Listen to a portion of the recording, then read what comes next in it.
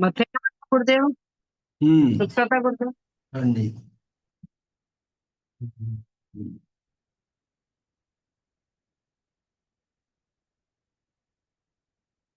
हम्म। समय सार सर्व विशुद्ध ज्ञान अधिकार का स्वाध्याय चल रहा है। अभी हमने ये कल एक इस प्रश्न पर चर्चा कर रहे थे कि प्रश्न था कि राग की खान कौन सी है। यहाँ पूरा पहले तो किया गया था कि सम्यक दृष्टि को विषयों में राग क्यों होता है। उत्तर दे दिया उनको होता ही नहीं। और फिर प्रश्न पूछा गया था यदि ऐसा है तो फिर राग की खान कौन सी है। तात्पर्य यह है कि राग की उत्पत्ति कहाँ से होती है, राग की उत्पत्ति का स्थान कौन सा है। ना तो पुद्गल में है और ना आप कह रहे सम्यक दृष्टि में, तो कहाँ पर है। अब उसका उत्तर यहां दिया जा रहा था कि राग द्वेष मोह जीव के ही अज्ञान में परिणाम है। किसके हैं? अज्ञान में। अज्ञान में जीव के तो है पर अज्ञान में, ये शब्द विशेष है। यहाँ जीव के तो है पर वो अज्ञान में परिणाम है। वे राग द्वेष मोह विषयों में नहीं है, मतलब पुद्गल में भी नहीं है, क्योंकि राग द्वेष मोह क्या है, पुद्गल है। यानी उन विषयों में नहीं है क्योंकि विषय तो पर द्रव्य है। और वे सम्यक दृष्टि के भी नहीं है। कौन? सम्यक दृष्टि के भी राग नहीं है। अब ये दो चीजें हैं।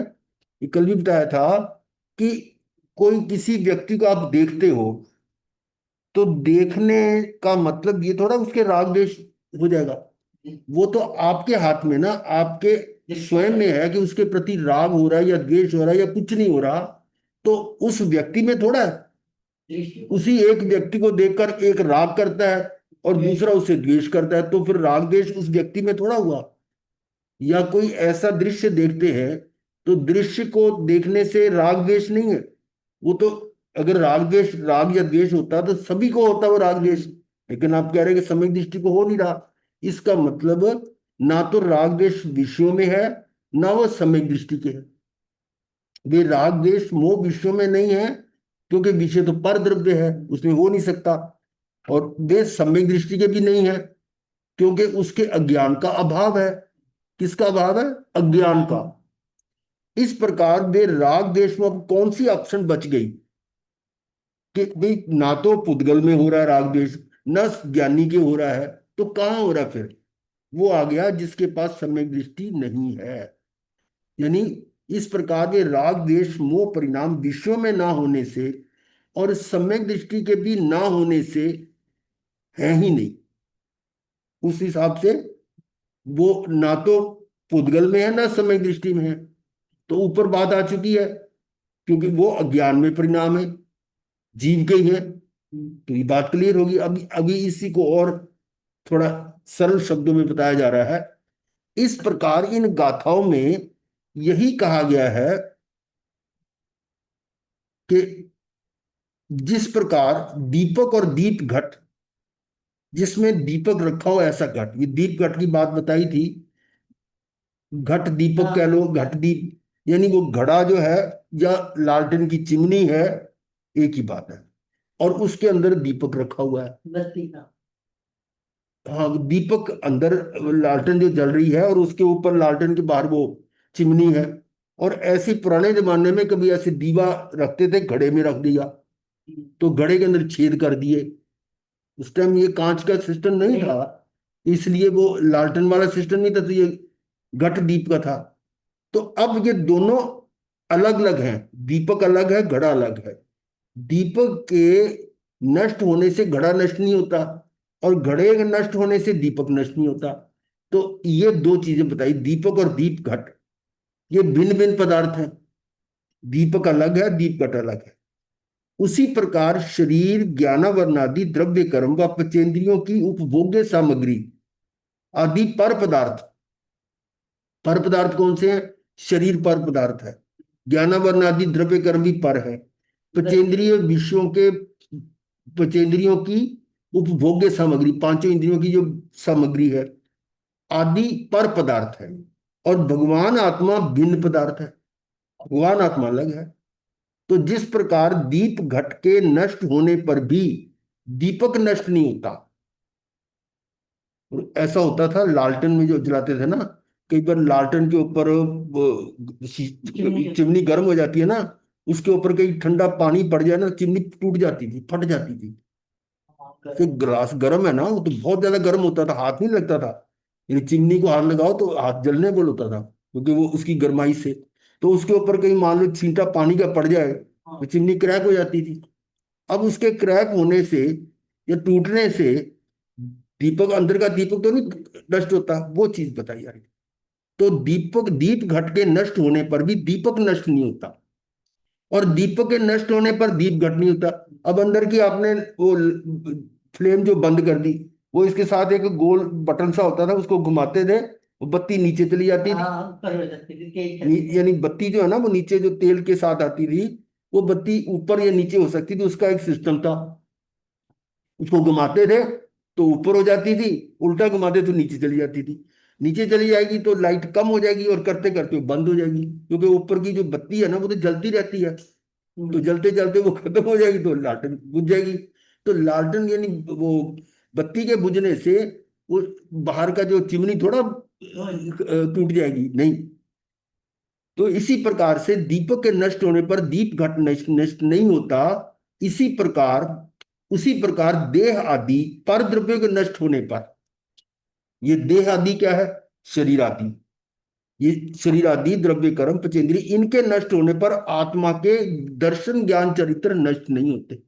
ये आत्मा के, यानी आत्मा अलग पदार्थ है, वो अलग पदार्थ है। तो इन देह आदि पदार्थों के नष्ट होने से ज्ञान दर्शन चरित्र नष्ट नहीं होते, और आत्मा के दर्शन ज्ञान चरित्र के नष्ट होने पर देह आदि संयोग नष्ट नहीं होते।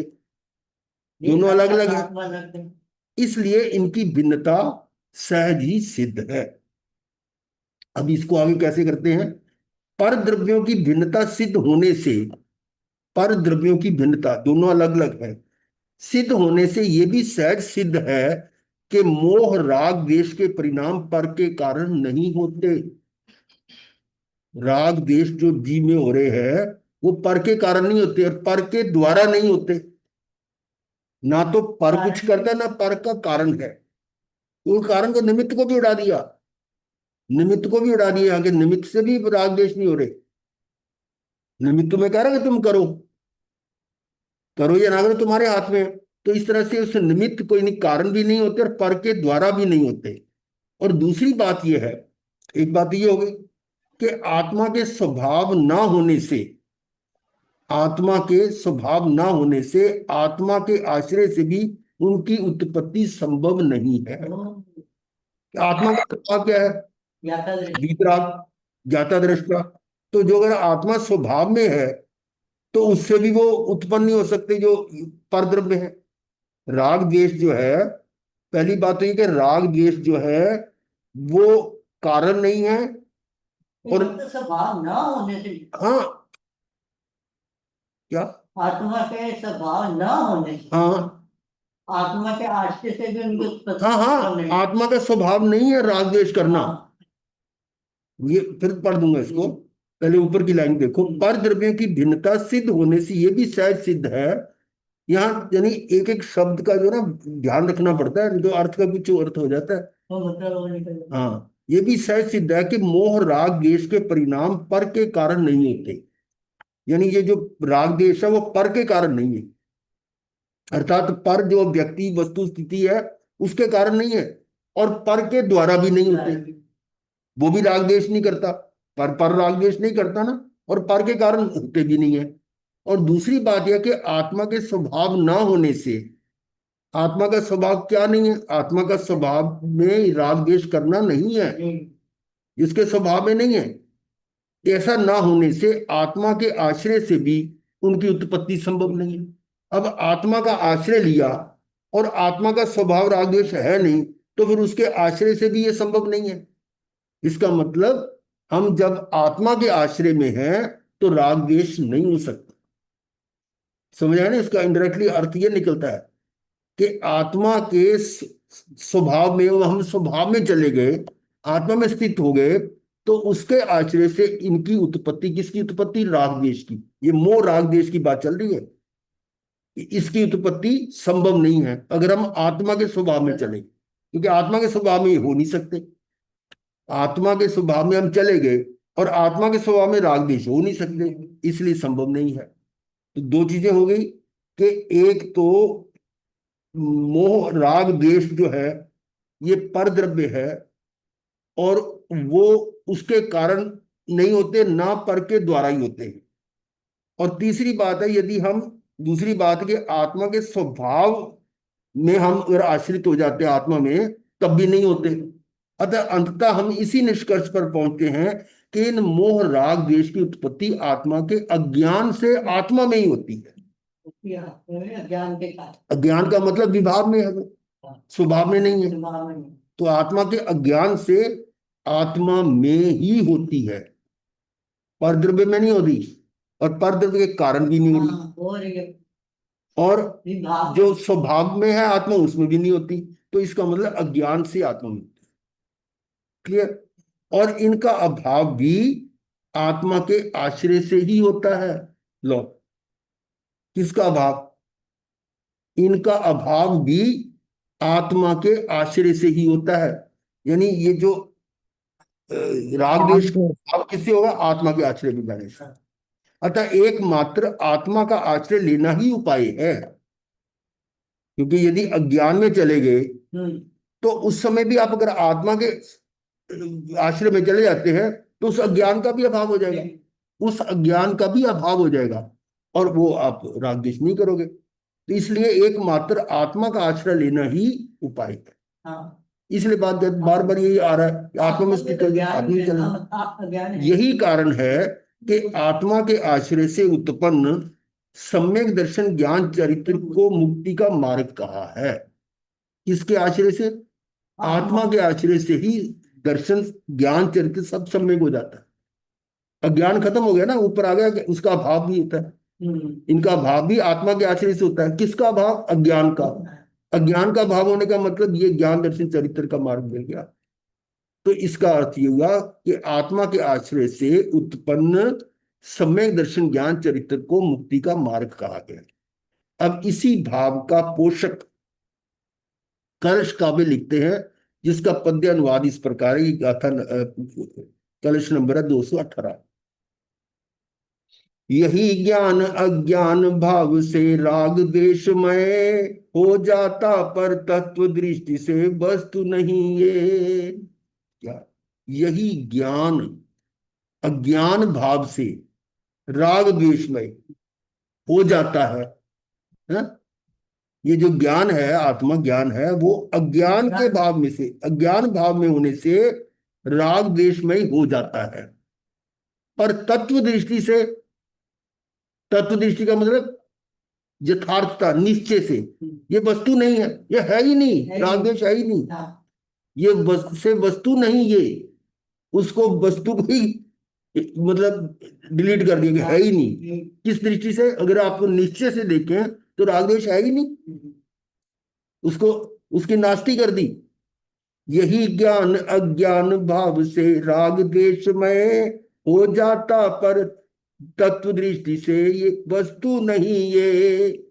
यानी राग द्वेष हो जाता है, पर तत्व दृष्टि से है ये राग द्वेष है ही नहीं, वस्तु का मतलब अस्तित्व ही नहीं उसका। तत्व दृष्टि के बल से क्षय कर इन भावों को हो जाती है अचल सहज ये ज्योति प्रकाशित। तत्व दृष्टि के बल से, यानी जो ज्ञान तत्व निश्चय के बल, अपनी जो अपना स्वभाव है अपना, उस दृष्टि के बल से क्षय कर इन भावों को, वो जो अज्ञान भाव उनको क्षय कर दे, हो जाती है अचल सहज ये ज्योति प्रकाशित। तब ये आपकी अचल और सहज ये ज्योति प्रकाशित हो जाती है। इसका भावार्थ देखते हैं। इस जगत में ज्ञान ही अज्ञान भाव से राग द्वेष मोह रूप परिणमित होता है। वो ज्ञान तो है, पर अज्ञान भाव से राग द्वेष मोह रूप परिणमित होता है। जीव ही वो राग द्वेष कर रहा है ना, वो जो भाव है उसके अंदर ही है, पर अज्ञान भाव से। वस्तुत्व में वस्तुत्व क्या है, यानी वस्तु का होना या वस्तुपना। वस्तुत्व में एकाग्र दृष्टि से देखने पर वे राग द्वेष मोह कुछ भी नहीं है। वस्तुत्व क्या है? हकीकत। वस्तुता मतलब वस्तुत्व ये जो है उसमें एकाग्र दृष्टि, इस तत्व दृष्टि की देखें तो वे राग देश मोह कुछ भी नहीं है, याद है ना वो। पर तत्व दृष्टि से वस्तु नहीं है, तो वो वस्तु है ही नहीं, यानी मोह राग देश मोह कुछ भी है ही नहीं, उड़ा दिया। इसलिए सम्यक दृष्टि जीव उन्हें पूर्णतः क्षय करो। सम्यक दृष्टि कौन है? उसको कहा कि इनको पूर्णतः क्षय करो, कि जिससे पूर्ण अचल प्रकाश वाली ज्ञान ज्योति प्रकाशित। मेरे ख्याल भाव क्लियर हो गया होगा, फिर एक बार पढ़ दो। इस जगत में ज्ञान ही अज्ञान भाव से राग देश मोह रूप परिणमित होता है। वस्तुत्व में, उस वस्तुत्व यानी कि उसका जो एकाग्र दृष्टि से देखने पर वे राग देश मोह कुछ भी नहीं है। इसलिए सम्यक दृष्टि जीव उन्हें पूर्णता क्षय करो, कि जिससे पूर्ण अचल प्रकाश वाली ज्ञान ज्योति प्रकाशित हो। अचल मेरा ज्ञान। हाँ, इस प्रकार इस कलश में यही कहा गया है कि राग द्वेष की खान। अब ये खान आ गई ना, कहां से निकल रहा राग द्वेष? राग द्वेष की खान अज्ञान भाव ही है। अज्ञान भाव वो क्या है?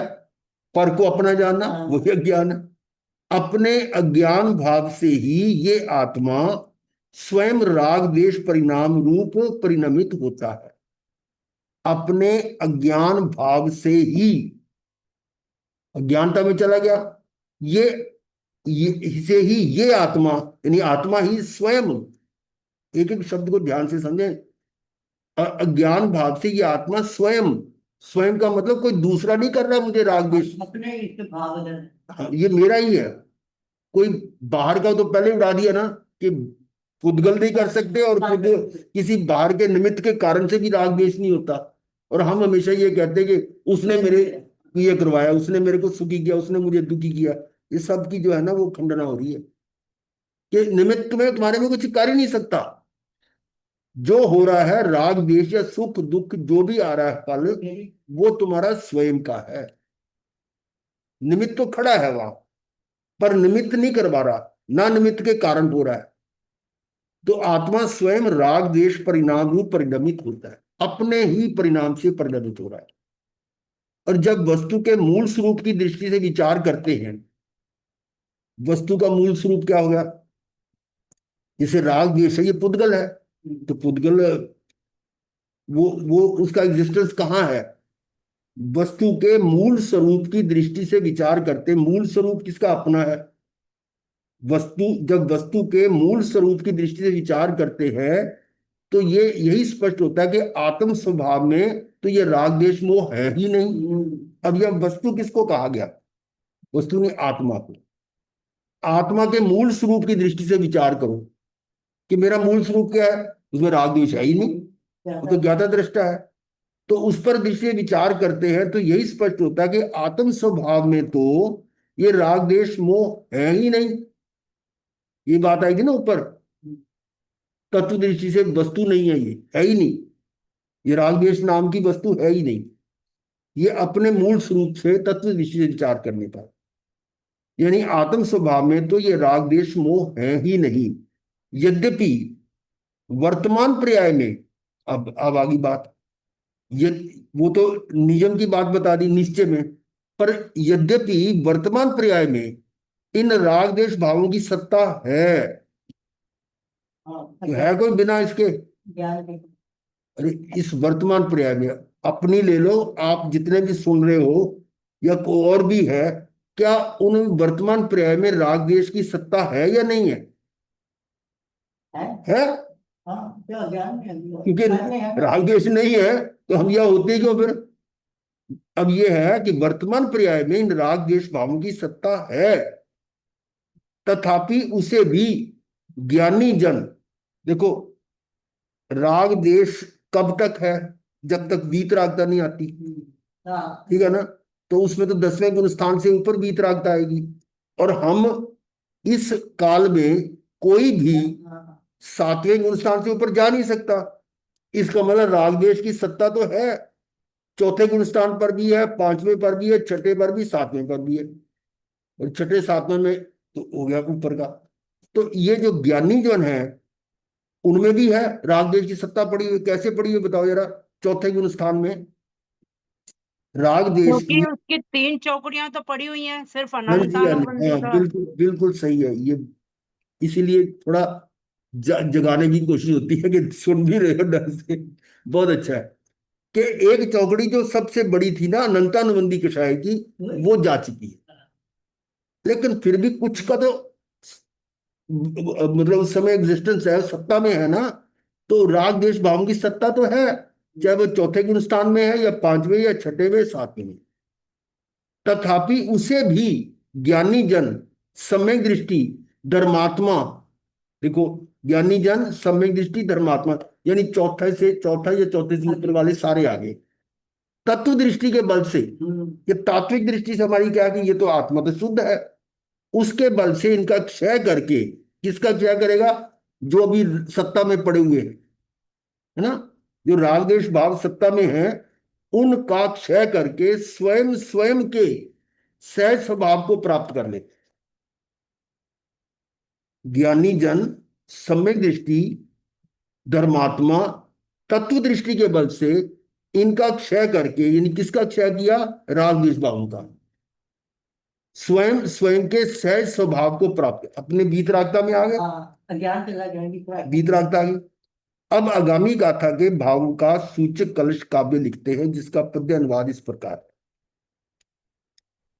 तत्व दृष्टि से राग देश भावों का भाई, करता धरता कोई अन्य नहीं हो सकता, क्योंकि है अत्यंत प्रगट ये बात जगत में, द्रव्यों का उत्पाद स्वयं से ही होता है। तत्व दृष्टि से राग देश भावों का भाई, करता धरता कोई अन्य नहीं हो सकता। राग देश के भावों का कर्ता, राग देश के उनका कोई अन्य नहीं हो सकता, क्योंकि है अत्यंत प्रकट ये बात जगत में, द्रव्यों का उत्पाद स्वयं से ही होता है। जो द्रव्य है वो उसी से उठ रहा है ना, उत्पाद भी है। तो तत्व दृष्टि से देखा जाए तो राग देश को उत्पन्न करने वाला अन्य द्रव्य किंचित मात्र भी दिखाई नहीं देता, क्योंकि सर्व द्रव्यों की उत्पत्ति अपने स्वभाव से ही होती है। जितने भी द्रव्य हैं उनकी उत्पत्ति उनके स्वभाव से होती है, और अंतरंग में अत्यंत स्पष्ट प्रकाशित होती है। बहुत सिंपल है, इसकी व्याख्या कह रहे हैं इस प्रकार। इस कलश में यही कहा गया है कि प्रत्येक द्रव्य का परिणमन उसके स्वयं के स्वभाव से ही होता है, अन्य द्रव्यों के कारण नहीं। ठीक है, जो जिसमें परिणमन हो रहा है वो उसके अपने अपने स्वभाव से हो रहा है। और आत्मा भी एक द्रव्य है। और ये जो हर द्रव्य अपना अपने परिणमन कर रहा है ना, ये पहली पहली लाइन को ध्यान से समझ लेना कि प्रत्येक द्रव्य का परिणमन, कोई भी द्रव्य है चाहे आत्मा है या भूतगल है, हर द्रव्य का परिणमन उसके स्वयं के स्वभाव से होता है और अन्य द्रव्यों के कारण नहीं। अब आगे कि आत्मा भी एक द्रव्य है, इसलिए उसका परिणमन भी उसके ही द्वारा किया जाना इष्ट है। पहले तो एक सिद्धांत दे दिया कि प्रत्येक द्रव्य का परिणमन उसके स्वयं के स्वभाव से होता है। तो आत्मा में जो परिणमन हो रहा है तो आत्मा के स्वभाव से ही होगा। तो आत्मा भी एक द्रव्य, इसलिए उसका परिणमन भी उसके ही द्वारा किया जाना इष्ट है, यही सही है। अब आ गया मोह राग द्वेष रूप परिणमन भी आत्मा का ही परिणमन है। मोह राग द्वेष रूप परिणमन, यानी वो भाव जो आ रहे हैं वो किसके आ रहे हैं? वो भी आत्मा के भी आत्मा का ही परिणमन है। अतः वह भी उसके द्वारा ही किया जाना इष्ट है। यानी कि अगर राग देश कर रहा है तो कौन कर रहा है? वो भी आत्मा ही कर रहा है। यही कारण है कि यहां ये कहा गया है कि आत्मा स्वयं ही अपने अज्ञान भाव के कारण अज्ञान अवस्था में मोह राग द्वेष रूप परिणमता है। राग आदि में ये तो भाव है उसके अपने आत्मा के भाव है, किसी अन्य के कारण नहीं। और अपने स्वयं के राग द्वेष मोह का कारण पर में खोजना अज्ञान। अल्लाह, अपने अंदर ये जो राग द्वेष आ रहे हैं इसका कारण पर में खोजना। उसने करवाया, इसके कारण हो। कहां पर पहुंचा रहे हैं देखो जरा। अपने स्वयं के राग द्वेष मोह का कारण पर में खोजना अज्ञान ही है। राग द्वेष कह लो, सुख दुख कह लो, या कुछ भी फल कह लो, वो जो भी आ रहा है आत्मा में अनुभव में आ रहा है उसका कारण पर में नहीं है। जो जो मेरे अंदर आ रहा है भाव आ रहे हैं। तो जो बात विगत कलश में कही गई है अब उसी बात को मूल गाथा में स्पष्ट करते हैं, जिसका पद्य अनुवाद इस प्रकार। अब ये गाथा आ रही है, अभी तो कलश आ रहे थे। गुणोत्पादन द्रव्य का कोई अन्य द्रव्य नहीं करे, क्योंकि सभी द्रव्य निज निज भाव से उत्पन्न हो। गुणोत्पादन द्रव्य का, किसी द्रव्य में जो गुण है, जैसे आत्मा में ज्ञान दर्शन सुख वीर्य गुण है, इनका उत्पादन इस कोई अन्य द्रव्य नहीं कर सकता। यानी मेरे गुण कोई अन्य द्रव्य मेरे वो गुण नहीं पैदा कर सकता, क्योंकि सभी द्रव्य निज निज भाव से उत्पन्न हो। जितने भी द्रव्य हैं सभी द्रव्य निज निज भाव से उत्पन्न हो, अपने अपने भावों में उत्पन्न कर रहे हैं, किसी दूसरे का नहीं कर सकते। गुणोत्पादन द्रव्य का कोई अन्य द्रव्य नहीं करे। आत्मा के गुण है वो आत्मा की, कोई अन्य नहीं उसको बना रहा कर रहा। और पुद्गल के हैं तो पुद्गल के अपने द्वारा है। इसका भावार्थ, अन्य द्रव्य से अन्य द्रव्य के गुणों की उत्पत्ति नहीं की जा सकती। अन्य द्रव्य से अन्य द्रव्य के गुणों की उत्पत्ति नहीं की जा सकती। ये सिद्धांत है कि एक द्रव्य दूसरे द्रव्य के गुणों को पैदा नहीं कर सकता। इससे यह सिद्धांत प्रतिफलित होता है कि सर्व द्रव्य अपने अपने स्वभाव से उत्पन्न होते हैं। बहुत सिंपल सी बात है, सर्व द्रव्य अपने अपने स्वभाव से उत्पन्न होते हैं। ठीक है, अब आगे इसी को विस्तार से कर रहे हैं। इस गाथा की टीका में आचार्य अमृतचंद्र विषय वस्तु को विस्तार से साधारण स्पष्ट करते हैं। इसका देखिए है तो बहुत सिंपल सी लाइन, पर हमारे को ये सिद्धांत पक्का कराने के लिए आगे दृष्टांत के द्वारा ही समझाएंगे। इसको उदाहरण के साथ स्पष्ट करते, इसका भाव इस प्रकार कि इसका अर्थ क्या निकलता है। ये जो ऊपर लिखा हुआ है कि सब सर्व द्रव्य अपने अपने स्वभाव से उत्पन्न होते हैं, और ऐसी आशंका भी नहीं करनी चाहिए कि पर द्रव्य जीव को राग आदि रूप परिणमाते हैं। पर द्रव्य जीव को राग आदि रूप परिणमाते हैं, ये भी शंका नहीं करनी, वो कर ही नहीं सकते, क्योंकि अन्य द्रव्यों में अन्य द्रव्यों के गुणों को उत्पन्न करने की अयोग्यता है। कि राग, ये जो पर द्रव्य है वो कौन सा द्रव्य? कर्म। उस कर्म ने मुझ में राग आदि करवाया या किसी व्यक्ति वस्तु स्थिति ने राग आदि कराया, ऐसा संभव नहीं है। बात तो पहले कलशों में भी काफी क्लियर हुई, अब यहाँ ये गाथा में आ रही है। तो अन्य द्रव्यों में अन्य द्रव्यों के गुणों को उत्पन्न करने की अयोग्यता है, क्योंकि सभी द्रव्यों का स्वभाव से ही उत्पाद होता है। अपने स्वभाव में अपने भाव तो आत्मा ही कर सकती, जड़ तो कर नहीं सकता। ये अब इसी बात को विस्तार से दृष्टांत पूर्वक समझाते हैं। दृष्टांत उनके पास यही होता था। अब कहोगे ये कुम्हार के दृष्टांत मिलता था, ये सुनार का मिलता था। ये बात सोचो कि इन्होंने कब लिखा ये। आचार्य कुंदकुंद आचार्य तो भगवान महावीर के 500 साल बाद हुए। इसका मतलब अब से 2000 वर्ष पहले, 2000 वर्ष पहले का याद करो कि उस समय का क्या वातावरण था। और आचार्य अमृतचंद्र ने उनका कुंद के 500 साल बाद ये लिखा, तो इसको भी 1500 साल हो गए। तो अब दृष्टांत देंगे तो उसी हिसाब से देंगे ना। उन दिनों वो कहाँ रहते थे? जंगलों में रहते थे।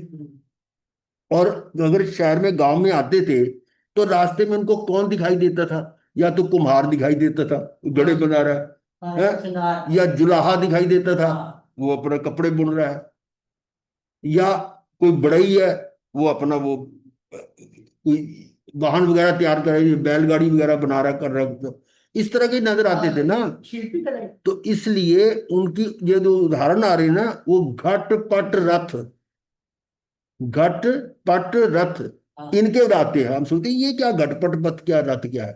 तो घट घड़ा हो गया, आके रास्ता। पट वस्त्र हो गया, और रथ ये वाहन हो गए, जो बैलगाड़ी वगैरह। तो ये तीन चीजें ऐसे आमतौर पर उनको नजर आती थी, तो उन्हीं का उदाहरण वो लेते थे। वो आजकल में ये बच्चे कहेंगे कुम्हार क्या होता है, वो क्या होता है, जुलाहा क्या होता है, उनके नहीं। समझता ही नहीं कोई। हाँ, शुरू शुरू में तो हमें तो घटपट क्या होती है, हमें पता ही नहीं घटपट घटपट क्या हो रही है। तो ये था। अब ये प्रश्न संभव है कि घट घट घट भाव रूप से उत्पन्न होती हुई, घट भाव से उत्पन्न होती हुई मिट्टी कुम्हार के स्वभाव से उत्पन्न होती है या मिट्टी के स्वभाव से? मिट्टी के तो लाश। सोचो जरा, चिंतन करो। प्रश्न है कि घट भाव रूप से उत्पन्न होती हुई मिट्टी, मिट्टी अपने स्वभाव से, वो मिट्टी जो घड़े रूप में बदल रही है, घट भाव रूप से उत्पन्न होती मिट्टी, मिट्टी किस में कन्वर्ट हो रही है? घट में, घड़े में। ऐसी मिट्टी घड़े में उत्पन्न होती हुई, वो कुम्हार के स्वभाव से हो रही है या मिट्टी के स्वभाव से हो रही है? नहीं, बनाएगा तो। मिट्टी के स्वभाव की। मिट्टी के स्वभाव से, क्योंकि मिट्टी के लिए कुम्हार अलग द्रव्य है, तो अन्य द्रव्य उस द्रव्य में कुछ कर नहीं सकता। तो उस दृष्टि से यही हुआ कि जो मिट्टी है वो ही घड़े रूप में बदल रही है, अपने स्वभाव से बदल रही है, ये तो समझाया जा रहा है। अब ये तो नहीं है कि मिट्टी किसी और स्वभाव से बदलेगी, वो अपने स्वभाव से ही घड़े में बदल रही है, कुम्हार के स्वभाव से नहीं। अब प्रश्न तो ये था कि मिट्टी जो घड़े में बदल रही है वो कुम्हार के स्वभाव से उत्पन्न होती है या मिट्टी के स्वभाव से? अभी तो आपको तो समझ में आ गया। अब इस पर थ्योरम लगाएंगे। थ्योरम क्या लगेगी? दो पॉसिबिलिटीज हैं, या तो कुम्हार के स्वभाव से बदल रही है या मिट्टी के स्वभाव से, दो है ना। इन दो ऑप्शन में से किसी एक ऑप्शन को मानकर फिर सिद्ध करेंगे ये सही है या गलत है। ठीक है। अब ये करा यदि, अब यदि का शब्द आ गए, ये अजम्पशन आ गई। ये कहा जाए कि कुम्हार के स्वभाव से मिट्टी घट भाव रूप से उत्पन्न होती है। अब पहली ऑप्शन ले लिया हमने, दो ऑप्शन थी, या तो कुम्हार के स्वभाव से या मिट्टी के स्वभाव से। हमने पहली अजम्पशन ले ली, अस्यूम कर लिया, मान लिया कि ये कुम्हार के स्वभाव से घड़ी घड़ा बनी है। तो इससे इस अजम्पशन से क्या सिद्ध होगा कि यदि कहा जाए कि कुम्हार के स्वभाव से मिट्टी घट भाव रूप से उत्पन्न होती है, तो उस घट को उस कुम्हार रूप पुरुष के शरीराकार होना चाहिए। कुम्हार का स्वभाव क्या है? तो जिसके जिसके स्वभाव से वो मिट्टी बन रही है, तो मिट्टी को भी कुम्हार बनना चाहिए था। हाँ, अच्छा।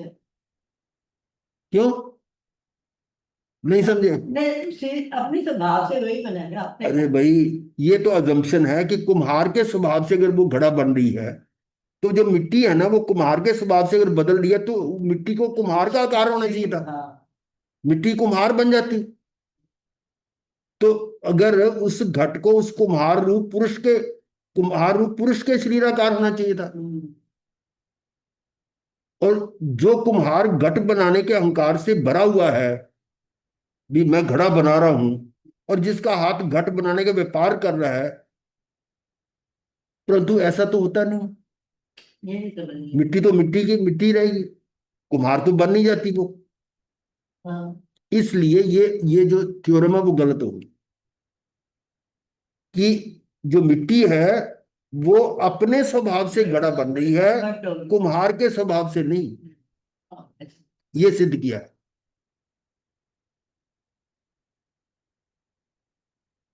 क्योंकि ऐसा है, अ, जो कुम्हार घट बनाने के अहंकार से भरा हुआ है, और जिसका हाथ घट बनाने का व्यापार कर रहा है, हाथ से घड़ा बना भी रहा है, व्यवहार में तो ये कहेंगे घड़ा घड़ा उसके स्वभाव से बन रहा है, परंतु ऐसा तो होता नहीं है, वह घट पुरुषाकार तो होता नहीं है, क्योंकि अन्य द्रव्य के स्वभाव से किसी अन्य द्रव्य के परिणाम का उत्पाद देखने में नहीं आता। भैंस बात, का सूत्र बनने के लिए भैंसा बनना पड़ेगा। हाँ बिल्कुल, जानवी जी ने सही कहा है। यदि ऐसा हो तो फिर मिट्टी कुम्हार के स्वभाव से उत्पन्न नहीं होती। ये सिद्ध कर दिया कि मिट्टी कुम्हार के स्वभाव से उत्पन्न नहीं होती, किंतु मिट्टी के स्वभाव से ही उत्पन्न होती है। यही निश्चित रहा। अब ये सिद्ध हो गया कि मिट्टी अपने स्वभाव से घड़ा बन रही है, कुम्हार के स्वभाव से नहीं है, क्योंकि प्रत्येक द्रव्य के परिणाम का अपने स्वभाव रूप से ही उत्पाद देखा जाता है। हाँ ठीक। ये अब ऐसा होने पर यह निश्चित हुआ कि मिट्टी अपने स्वभाव का उल्लंघन नहीं करती। मिट्टी अपने स्वभाव को छोड़कर कुम्हार के स्वभाव में नहीं चली जाती, कुम्हार नहीं बन जाती। इसलिए मिट्टी ही कुम्हार के स्वभाव को स्पर्श न करती हुई, यानी कुम्हार के स्वभाव को स्पर्श नहीं कर रही, यानी उसके साथ बिल्कुल अलग है ये, और अपने स्वभाव से ही कुंभ यानी घट भाव रूप से उत्पन्न होती है। कुम्हार कुंभ का उत्पादक है ही नहीं। हाँ क्लियर होगी बात? वो करता नहीं है। ये वो जो डायग्राम दिखाई दी ना आपको, उसमें देखो जरा। मिट्टी और घड़े का हाँ, देखते हैं। एक ही है करता है, उसी में ही हो गया मिट्टी। ये देखो हाँ क्या है ये कुम्हार है और ये घड़ा बन रहा है। तो घड़ा कुम्हार के स्वभाव में नहीं है, घड़ा मिट्टी के स्वभाव में है। इसलिए ये कर्ता कर्म का संबंध नहीं है इसमें। हाँ, वो अब जो घड़ा बन रहा है वो अपने स्वभाव से बन रहा है। मिट्टी मिट्टी के बन रही है, भी तो मिट्टी है, ये भी मिट्टी है, ये है। तो कुम्हार कुंभ का उत्पादक है ही नहीं। और ये बताया गया था अभी कि निमित्त कुछ करता नहीं है, ना निमित्त नहीं करता कुछ।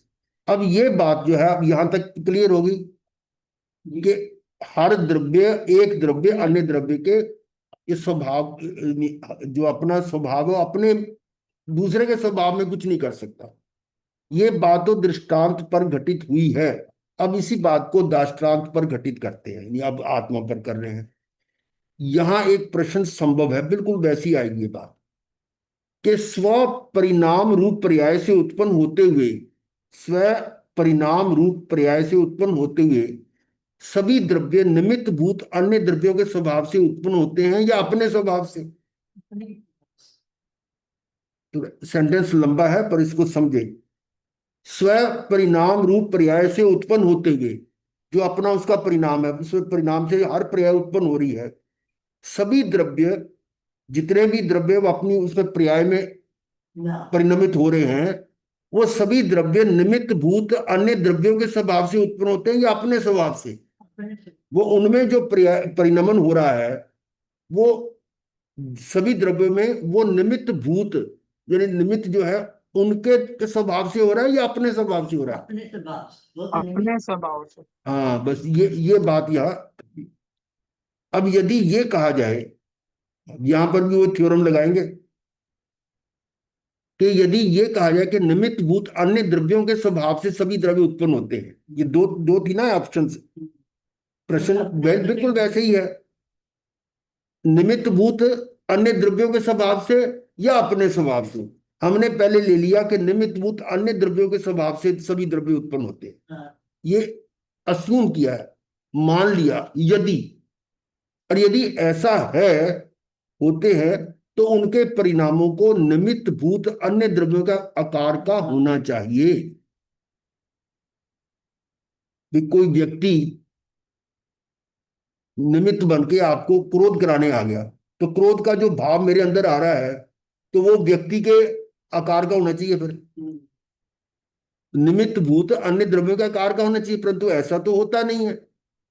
वो तो अपने भाव आत्मा के अमूर्त है, और वो मूर्त है निमित्त, तो मैं तो मूर्त थोड़ा हो जाऊंगा। निमित्त मूर्त है, और मैं, मेरे वो भाव भी अमूर्त है क्योंकि मेरे ही है। तो वो उस निमित्त के भाव से आए, तो ये भाव भी मूर्त हो जाने चाहिए थे। तो परंतु ऐसा तो होता नहीं है। द्रव्यों के परिणाम निमित्त भूत अन्य द्रव्यों के कार्य के तो होते नहीं है। निमित्त भूत अन्य द्रव्यों के आकार के, यानी जो अन्य द्रव्यों का आकार है, निमित्त का जो आकार है, उस तरह के ये भाव नहीं हो रहे, उस आकार के नहीं हो रहे। क्योंकि अन्य द्रव्य के स्वभाव से किसी अन्य द्रव्य के परिणाम का उत्पाद देखने में नहीं आता। अन्य द्रव्य के स्वभाव से किसी अन्य द्रव्य के परिणाम का उत्पाद देखने में नहीं आता। ना अपने ही स्वभाव से। ये हो गया। यदि ऐसा है तो फिर सर्व द्रव्य निमित्त भूत अन्य द्रव्यों के स्वभाव से उत्पन्न नहीं होते, ये निष्कर्ष आ गया। परंतु अपने स्वभाव से ही उत्पन्न होते हैं, यही निश्चित रहा। हो गया ना। पहले घड़े से दृष्टांत के द्वारा, अब अपने स्वयं पर घटित कर दिया गया। क्योंकि प्रत्येक द्रव्य के परिणाम का अपने स्वभाव से ही उत्पाद देखा जाता है। जो उत्पाद है वो अपने स्वभाव से होता है। ऐसा होने पर यह निश्चित हुआ कि सर्व द्रव्य अपने स्वभाव का उल्लंघन नहीं करते। वहां पर आया था कि मिट्टी अपने स्वभाव का उल्लंघन नहीं करती, यह सर्व द्रव्य आ गया। अपने स्वभाव का उल्लंघन नहीं करते, मतलब अपने स्वभाव से चेंज नहीं होते। इसलिए सर्व द्रव्य ही निमित्त भूत अन्य द्रव्यों के स्वभाव का स्पर्श ना करते हुए अपने स्वभाव से ही अपने परिणाम से पर्याय रूप से उत्पन्न होते हैं। ये बात तो आपकी पहले से जानते हो, पर यहां थोड़ा रगड़ रगड़ के इसको कहते हैं ना, घुमा देते हैं। हाँ, पूरी तरह से घुमा घुमा के समझा रहे हैं, और आपको पक्का हो जाए। पूरी तरह, वो कहते हैं ना, इसको चुसवा रहे हैं कि जिधर चूसो इसको। तो सारा तो अपने स्वभाव से ही अपने परिणाम से पर्याय रूप से उत्पन्न होते हैं। निमित्त भूत अन्य द्रव्य उनके परिणामों के उत्पादक है ही नहीं। तो बिल्कुल क्लियर कर दिया कि निमित्त भूत, जो निमित्त बन रहे व्यक्ति, वस्तु, स्थिति या परिस्थिति, वो आपके जो आत्मा के भावों के उत्पादक वो है ही नहीं। क्लियर हो गया। और हमारी अनादि से यही गलती चली आ रही है कि निमित्त ने किया है, हाँ, और यहां पर उस भ्रम को तोड़ा गया है। और ये बात आप समझ लीजिए कि ये जो सिद्धांत है ना, वो हर एक को समझ में नहीं आएगा। वो विरले ही होते हैं, सातिशय पुण्य वाले, उनको ही समझ में आएगा। जो भवी हैं, और भवी को समझ में नहीं आएगा ये, या जो जिसने अभी संसार में रुलना है ना, उनको ये समझ नहीं आएगा। हाँ, ये जो ये सिद्धांत इस तरह समझाया जा रहा है, ये हर एक के भाग्य में नहीं है। सुनना भी, ये सुनना भी भाग्य में नहीं है। सुनना या सुनाना, देखो, मैं बार बार ये कहता हूं, वाचना में दो होते हैं, हाँ, एक वाचक और एक श्रोता। दोनों की वाचना हो रही है। हाँ, मैं बोल रहा हूं तो मेरी वाचना मैं कर रहा हूं, ऐसा नहीं, वाचना आपकी भी हो रही है। स्वाध्याय का ही अंग है ना, वाचना, पृछना, पर्यटना। तो वाचना में दोनों का स्वाध्याय हो रहा है। और ये मतलब हम कह सकते हैं कि हम महाभाग्यवान हैं कि हमारे को ये वाणी सुनने को मिल रही है। करके कैसे हाँ। समझाया? अतः आचार्य देव अंत में कहते हैं कि हम जीव में उत्पन्न होने वाले राग आदि भावों का उत्पादक पर द्रव्यों को देखते ही नहीं है। आचार्य देव ये कह रहे हैं, निष्कर्ष निकाल रहे हैं कि जीव में उत्पन्न होने वाले राग आदि भावों का उत्पादक पर द्रव्य को देखते ही नहीं है, मानते ही नहीं है, जानते ही नहीं है। ये पर द्रव्य मुझे कर ही नहीं सकता। हाँ, वो क्या कहते हैं कि उनके जो राग आदि भावों का उत्पादक किसको नहीं देखते, पर द्रव्यों को नहीं देखते, देखते नहीं, मानते भी नहीं, जानते भी नहीं है। फिर उन पर द्रव्यों पर क्रोध क्यों करें? तो पता मेरा है ही नहीं। क्या आचार्य की भाषा देखो क्या है, कमाल है। गुरु जी ये समझ जाए तो सारे करो। नहीं नहीं नहीं, उनकी भाषा में देखो भाई, एक एक शब्द जो है कमाल का लिखा हुआ है। ये आचार्य उसका नाम 2000 साल पहले इन्होंने लिखा हुआ, ये समझो। तो आचार्य देव अंत में कहते कि हम जीव में उत्पन्न होने वाले राग आदि भावों का उत्पादक पर द्रव्यों को देखते ही नहीं है, मानते ही नहीं है, जानते नहीं है, प्रूव कर दिया। फिर उन पर द्रव्यों पर क्रोध क्यों करें,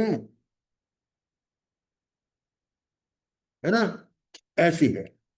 इस प्रकार इस गाथा में यही कहा गया है कि जिस प्रकार घड़ा अपनी उपादान रूप मिट्टी का ही कार्य है और मिट्टी रूप ही है ना, जिस प्रकार घड़ा अपनी उपादान रूप मिट्टी का ही कार्य है और मिट्टी रूप ही है, ये जो था ना वाला उपादान मिट्टी उपादेय है, तो ये जो उपादान है और ये उपादेय है, मिट्टी ही है।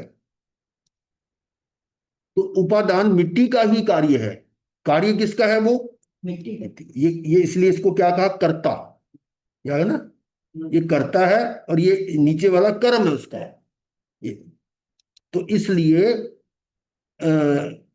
उपादान रूप मिट्टी का ही कार्य है और मिट्टी रूप ही है। उसे बनाने के विकल्प से, बनाने के विकल्प, विकल्प आगे इसको बनाऊं तो परिणमत कुम्हार रूप नहीं, कुम्हार बनाने का विकल्प कर रहा है, पर वो मिट्टी जो है कुम्हार रूप नहीं हुई, निमित्त रूप नहीं। उसी प्रकार से राग आदि भाव भी अपने उपादान रूप चेतन आत्मा के कार्य है। राग आदि कौन कर रहा है? चेतन कर रहा है। तो चेतन का ही कार्य है, वो चेतन रूप ही है, पर रूप नहीं, अचेतन रूप नहीं, अचेतन कर्म रूप नहीं, निमित्त रूप ही नहीं है। चेतन ही है। ये बिल्कुल वही लाइनें आ रही हैं जैसे यहाँ आ रही थी, देखते नहीं, मानते नहीं, जानते नहीं, वैसी यार लाइनें। पर रूप नहीं है, अचेतन रूप नहीं है, अचेतन कर्म रूप नहीं है, निमित्त रूप भी नहीं है। कौन?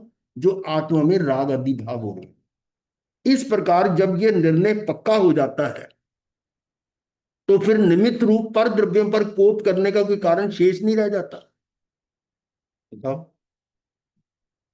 और हमारा तो अनादिकाल से यही चला आ रहा है। और जितने भी कथा कहानियां सुनते हैं उसमें हम कितने ही पात्र ऐसे होते हैं, हम उनका दोष निकालते हैं कि उसने ये किया। भाई मान लो कि कई ने रामचंद्र को कहा कि इसको वनवास दे दो, है ना, तो हम किस पर दोष लगाते हैं? कई पर, या उसकी जो कुबड़ी दासी होती है, मंत्रा दासी, वो लगाते हैं ना। इसका मतलब निमित्त को दोष ठहरा रहे हैं हम, और ये नहीं सोचते कि रामचंद्र के अपने कर्म थे। ये चीज है कि निमित्त रूप पर द्रव्यों पर कोप करने का कोई कारण शेष नहीं रह जाता। इसलिए भगवान राम ने भी तो क्या कहा कि उन्हें सारे स्वीकार कर लिया। उन्हें ये नहीं मेरे पर ये कुछ कर रही हो, माता को माता ही समझ दर्जा दिया पूरा उसने। ये ज्ञानी का सम्यकदर्शी थे, उन्होंने उस पर निमित्त पर दोष नहीं दिया। ये तो हम लोग जो सुनते हैं वो दोष दे रहे हैं कि उसने ये कैसा कर दिया, उसने ऐसा कर दिया। तो ये निर्णय पक्का हो जाता है तो फिर निमित्त रूप पर द्रव्य पर कोप करने का कोई कारण शेष नहीं रह जाता। इसलिए निष्कर्ष के रूप में आचार्य देव कहते हैं कि जब हमें कोई पर द्रव्य, ध्यान से सुनिए, कि जब हमें कोई पर द्रव्य हमारे सुख दुख और राग द्वेष का कारण दिखाई ही नहीं देता तो फिर हम उन पर द्रव्यों पर कोप क्यों करें? सबसे सही बात, बिल्कुल। तो हम दूसरों में दोष दे देते हैं, इसने कहा वाकई जो है ना, ये समय सार शुरू किया था ना, तो उन्होंने शुरू की गाथा में कहा था कि आप 6 महीने इसका लगातार ध्यान से स्वाध्याय करो और सम्यक दर्शी की गारंटी मैं देता हूं, यानी आत्मानुभूति कराऊंगा। ऐसे ऐसे आया थी गाथा में, आएगा अपने करके परिवर्तन में कहा, सुनते जाओ नहीं, सुनने का मतलब ये नहीं है कि बस सुन लिया तो इधर से सुना इधर से निकाल दिया, अंदर। फिर यह इसको चबाने के लिए नहीं, चूसने के लिए कहा। चूसने का मतलब इसको अच्छी तरह से समझो। तात्पर्य यह है कि हम अपने सुख दुख के कारण पर में ना खोज कर, ये उसका सरल भाषा में आ रहा है कि हम अपने सुख दुख के कारण पर में ना खोज कर स्वयं में ही खोजे। तो सारी बात क्लियर हो जाएगी। स्वयं को ही जाने माने कि स्वयं के कारण सुख द्वारा स्वयं में ही समा जाए, यही मार्ग है। यही है कि स्वयं में खोजें, स्वयं को ही जाने माने। ओ हो, हाँ जी मैडम। अच्छा अच्छा अच्छा, चारों आई है, ठीक। बैठ जाओ, 5-10 मिनट और है अभी, इस चल रहा है ये, फिर ले लो। हाँ हाँ, जब उधर जाना, ठीक है। तो तात्पर्य ये है कि हम अपने सुख दुख के कारण पर में ना खोज कर स्वयं में ही खोजें। हाँ, डॉक्टर बन गई। अच्छा, ठीक है। सुख दुख के कारण पर में ना खोजकर स्वयं में ही खोजें, स्वयं को ही जाने माने और स्वयं में ही समा जाए, यही मार्ग है। अब गाथा और टीका के भाव के पोषक तथा आगामी गाथाओं की उत्थानी का रूप 2 कलश काव्य लिखते हैं, जिनका पद्य अनुवाद इस प्रकार है। अब देखिए ये क्या कह रहे हैं। अब गाथा और टीका के भाव के पोषक, जो अभी गाथा की है उसका, और आगामी गाथाओं की उत्थानी का रूप 2 कलश दिए जा रहे हैं। राग द्वेष पैदा होते हैं इस आत्म में, उसमें पर द्रव्यों का कोई दोष नहीं है। लो जी, अब ये बात तो बहुत सरल समझ में आ जाएगी। राग द्वेष पैदा होते हैं इस आत्म में, उसमें पर द्रव्यों का कोई दोष नहीं है। ठीक है। राग देश पैदा होते हैं इस आत्म में, उसमें पर द्रव्यों का कोई दोष नहीं है। यह अज्ञानी अपराधी है इनका करता, ये अबोध हो नष्ट के मैं तो स्वयं ज्ञान हूं। ये अज्ञानी अपराधी है, अपराधी मतलब करता है, इनका करता है। ये अबोध नष्ट हो, यानी ये ज्ञान नष्ट हो जाए, तो मैं स्वयं ज्ञान बन गया। अरे राग की उत्पत्ति में पर द्रव्यों को एकमात्र कारण बतलाते जो अज्ञानी। अरे राग की उत्पत्ति में पर द्रव्यों को कारण बता रहे हैं कि उसने मेरे मेरे को ये क्रोध कराया, इसने मेरे को राग कराया, इसने मेरे को सुखी किया, इसने मुझे दुखी किया है ना। ये राग की उत्पत्ति में, राग में सारा कुछ आ गया, सिर्फ राग नहीं है, ये तो कहने के लिए राग है, पर राग का मतलब राग द्वेष सुख दुख सारे आ गए। पर द्रव्यों को एकमात्र कारण बतलाते जो अज्ञानी। ऐसे अज्ञानी को क्या कहा, अब जरा आगे देखो। शुद्ध बोध से विरहित वे अंधे जन जग में, अरे कभी भी मोह नदी से पार न होंगे। हाँ, पता नहीं क्या क्या बोल देते हैं, आचार्यों की महिमा है। वो भी अंधे ही होते हैं। शुद्ध बोध से विरहित, जो शुद्ध बोध है, शुद्ध ज्ञान से रहित है ना, वे अंधे।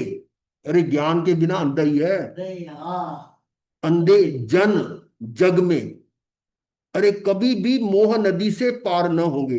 ये मोह से पार नहीं हो सकते, ये मोह नदी में डूब जाए। ज्ञान जरूरी है बहुत। अब इसका भाव क्या है। इस आत्मा में जो राग द्वेष रूप दोषों की उत्पत्ति होती है, इस आत्मा में जो राग द्वेष रूप दोषों की उत्पत्ति होती है, उसमें पर द्रव्यों का कोई दोष नहीं है। ठीक है, ऊपर से लाइन आ गई, राग द्वेष पैदा होती है इस आत्मा में, पर द्रव्यों का कोई दोष नहीं है। उसमें मूल अपराधी तो अज्ञान ही है, ये अज्ञानी अपराधी है।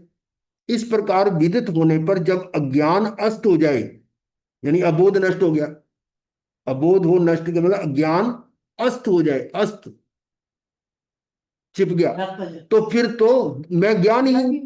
अज्ञान से ना ज्ञान ही है। और जो लोग राग की उत्पत्ति में पर द्रव्य को ही मूल कारण मानते हैं, हाँ, जो लोग राग की उत्पत्ति में पर द्रव्य को ही मूल कारण मानते हैं, अर्थात पर द्रव्य के निमित्त से राग उत्पन्न होता है, ऐसा मानते हैं, शुद्ध ज्ञान, ऐसा जो मानने वाले उनको क्या कहा कि शुद्ध ज्ञान से रहित वे। वे कौन, जो ये मान रहे हैं, परद्रव्य को कारण मान रहे हैं। वे अंध बुद्धि लोग हाँ मोह नदी को पार नहीं कर सकते। सही है। हाँ, चलो दो चार लाइनें गुनगुनाएंगे। बोलेगा कोई? जानवी की तबीयत ठीक हुई कि नहीं अभी? नहीं आज नेहा भी नहीं दिखती तो। नेहा संडे है ना, घर पे होगी। हेलो। हाँ जी। पहले से तो बेटर है गुरुजी। है नहीं? बोलोगे भजन ये? हाँ जी बोल लूंगी। चलो बोलो। हूँ स्वतंत्र निश्चल निष्काम ज्ञाता दृष्टा आत्मराम। हूँ स्वतंत्र निश्चल निष्काम ज्ञाता दृष्टा आत्मराम।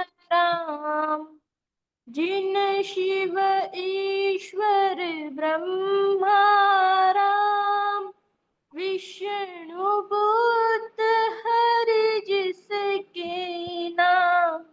ये तो गुरुजी नीचे है। क्या कह रहे हो? ये तो पूरा नीचे है। ये तो फर्स्ट लाइन तो आती है ना, मैं वो हूँ जो है भगवान। हाँ हाँ, वही है। ये अरे, तो नहीं है। अरे वही है, वो हो ऊपर हो गया था। चलो यहाँ से शुरू करो। अच्छा। हम्म। मैं वह हूँ जो है भगवान, जो मैं हूँ वह है भगवान।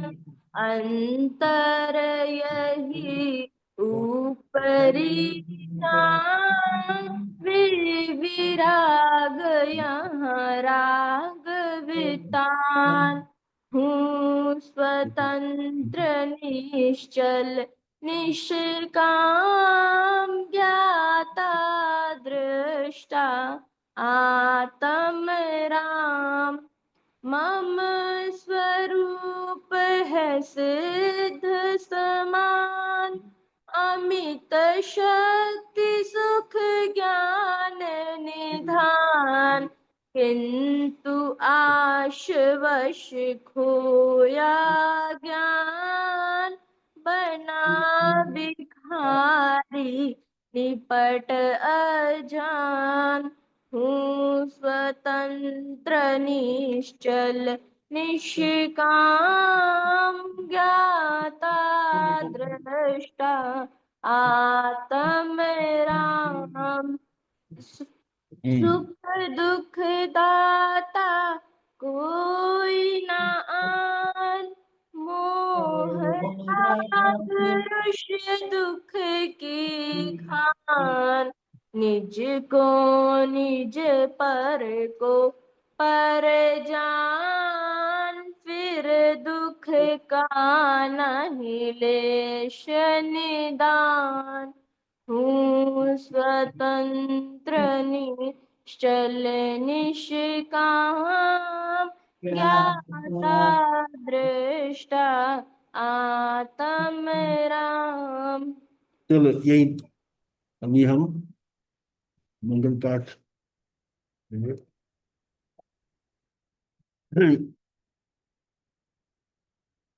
ये ये अनु जैन कौन है? हैं? ये जो सुन रही है अनु जैन? नहीं, पता नहीं, वो लगा रखा है इसमें। हैं? पता नहीं। वो हमारे वो इसमें है नहीं, ये सुबह जानकारी की नहीं क्लास थी। में होते हैं शायद से। हैं? सुबह की क्लास में होते हैं शायद से। नहीं, ये तो कोई नहीं है शायद। पता नहीं, कोई है। चलिए। हाँ जी।